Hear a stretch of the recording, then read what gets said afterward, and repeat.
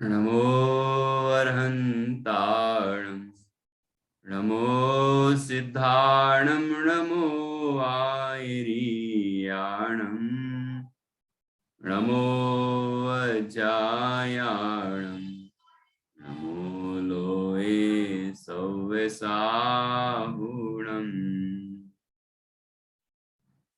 मोक्षमार्गस्य नेतारं वेत्तारं कर्मभूभृतां ज्ञातारं विश्वतत्त्वानां वन्दे तद्गुणलब्धये वन्दे तद्गुणलब्धये।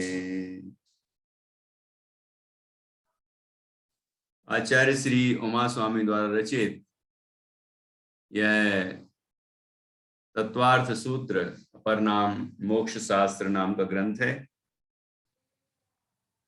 इसका 9वां अध्याय चल रहा है और यहाँ ध्यान तप का वर्णन है।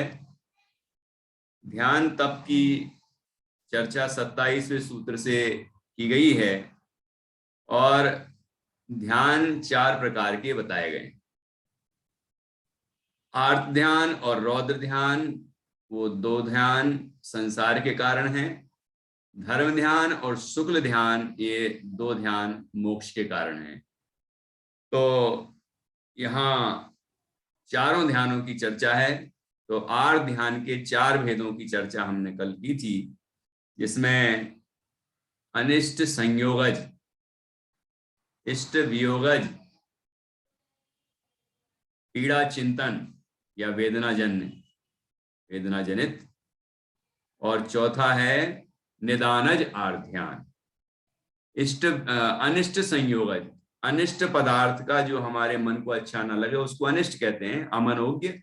उस पदार्थ का संयोग होने पर उसको दूर करने के लिए जो निरंतर चिंतन होता है उसे कहते हैं अनिष्ट संयोगज आर्त ध्यान।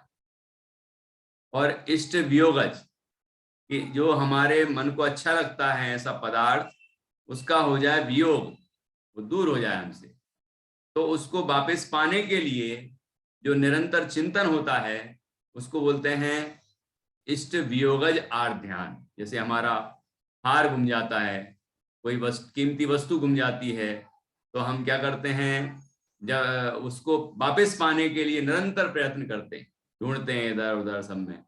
तो ये जो चिंतन चला, यह है इष्ट वियोगज आर्त ध्यान।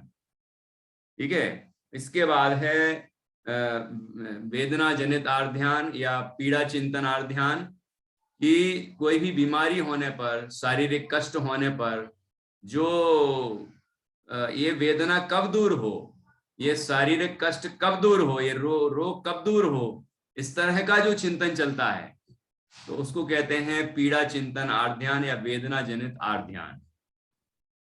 और चौथा जो आर्त ध्यान, उसका नाम है निदानज आर्त ध्यान।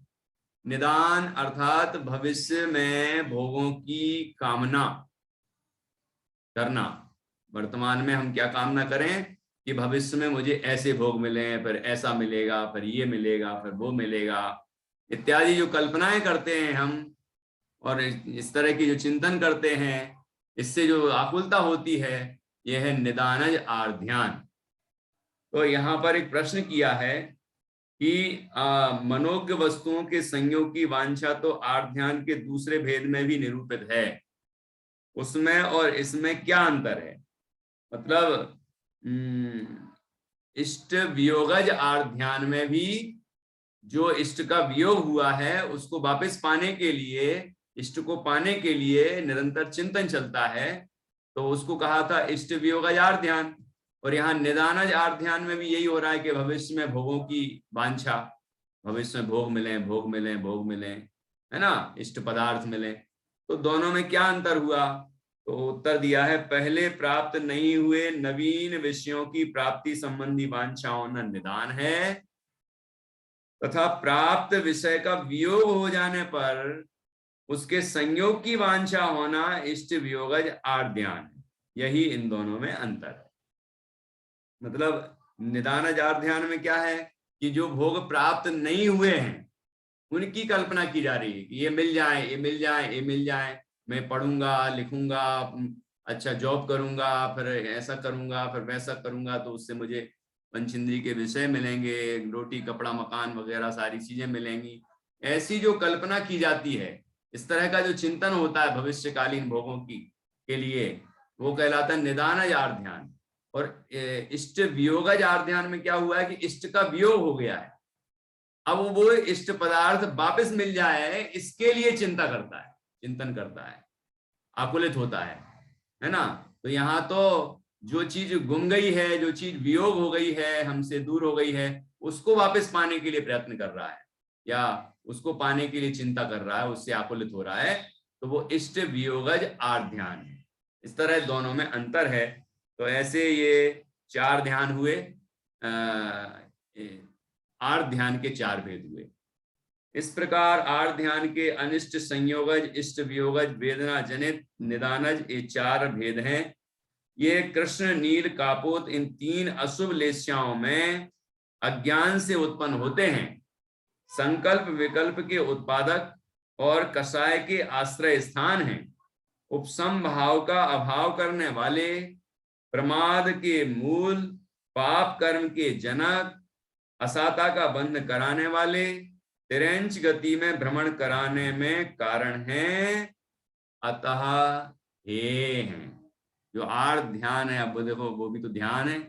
लोग कहते ध्यान करो मोक्ष पाना है तो ध्यान करो, लेकिन ध्यान ये आर्त ध्यान है, ये ध्यान करने से मिलना क्या है? लोग कहते हैं कि आप हाँ आंखें बंद करो, ऐसे बैठ जाओ, और अब हाँ ऐसे देखो अपनी सांसों, एक कोई जाते हैं ना, वो एक अभी नया चला है जो, वो क्या बोलते हैं उसको, आर्ट ऑफ लिविंग, नहीं आर्ट ऑफ लिविंग तो और चलो फिर भी ठीक है, मतलब तरह तरह के प्राणायाम करो। वो नाक में जो सांस को बस देखते रहो देखते रहो देखते रहो हाँ देखते रहो, सांस को बस देखते रहो, हाँ, नाक में जो निकलती है उसको बस देखते रहो देखते रहो, देखते रहो जानते रहो। क्या है तो फिर वो, हाँ हाँ, तो उसमें देखो, उसमें आकुलता होती है, शरीर थकता है, और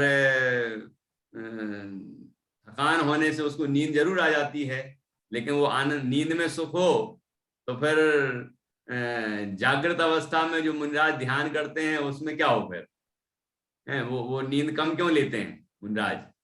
तो नींद में कोई सुख होता ही नहीं है।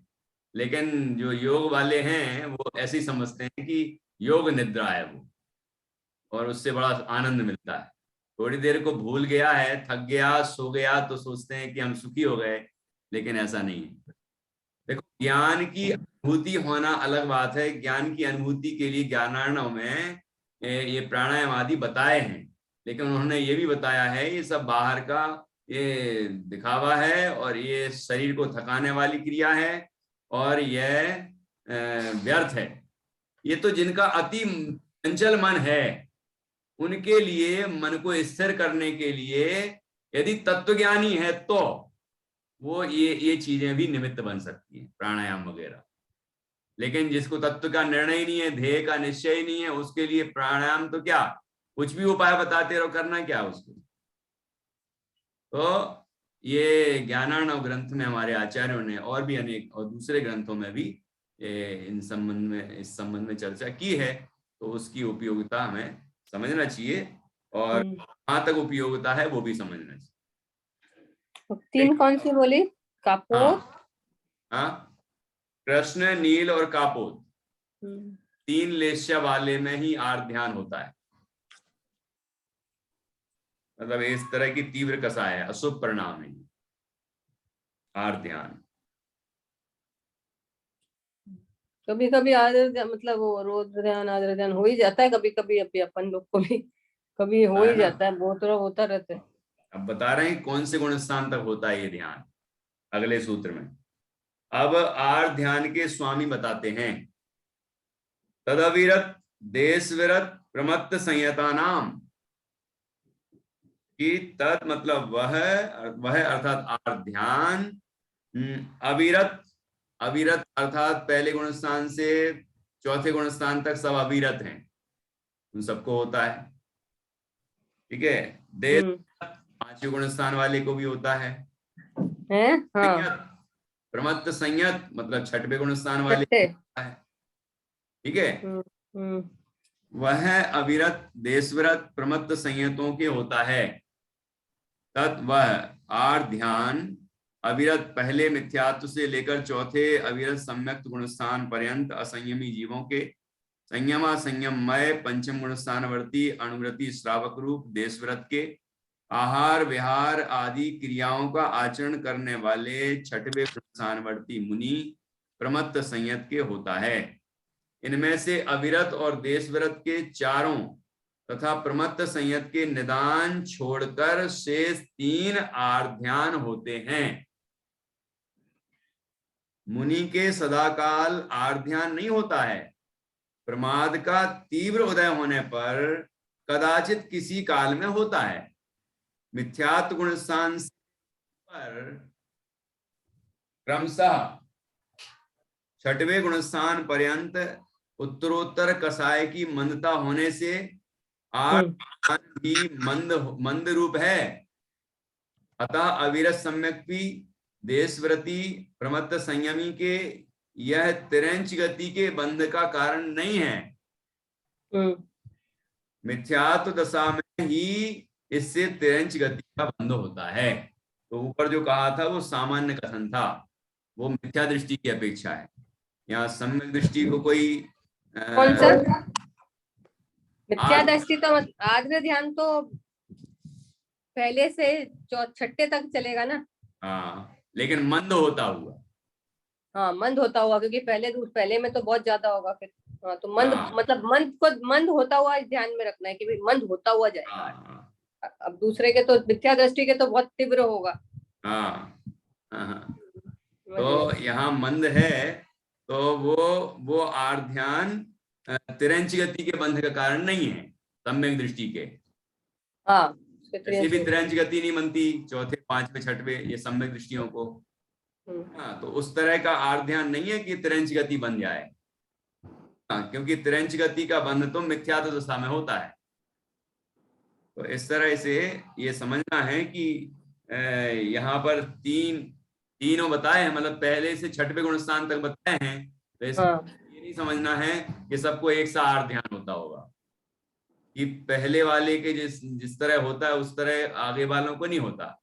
आगे मंद मंद होता हुआ है, मंद होता है ना। और चौथे पांचवे छठवे वाले जो हैं उनको और मंद है, और छठवे वाले के तो और भी है। और उनको कहा कि निदानज आर्ध्यान तो उनको होता ही नहीं। छठवे वाले को निदानज आर्ध्यान होता ही नहीं।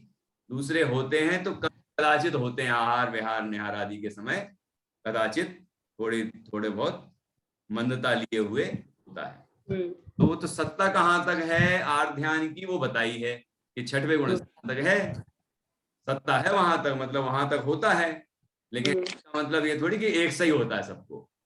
सही बात होता है, मंद होता है। यहाँ लिखा है कि उत्तरोत्तर कसाय की मंदता होने से आर्ध्यानी मंद रूप है। कहाँ से? मिथ्यात्व गुणस्थान से ऊपर क्रमशः छठवें गुणस्थान पर्यंत उत्तरोत्तर कसाय की मंदता होने से आर्ध्यानी मंद रूप है। ठीक है, इस तरह से यहाँ आर्ध्यान के स्वामी बता दिए। तो पहली बात तो ध्यान रखना है कि छठवें गुणस्थान में निदानज नाम का आर्ध्यान नहीं होता, उसके नीचे वालों को निदानज आर्ध्यान भी होता है।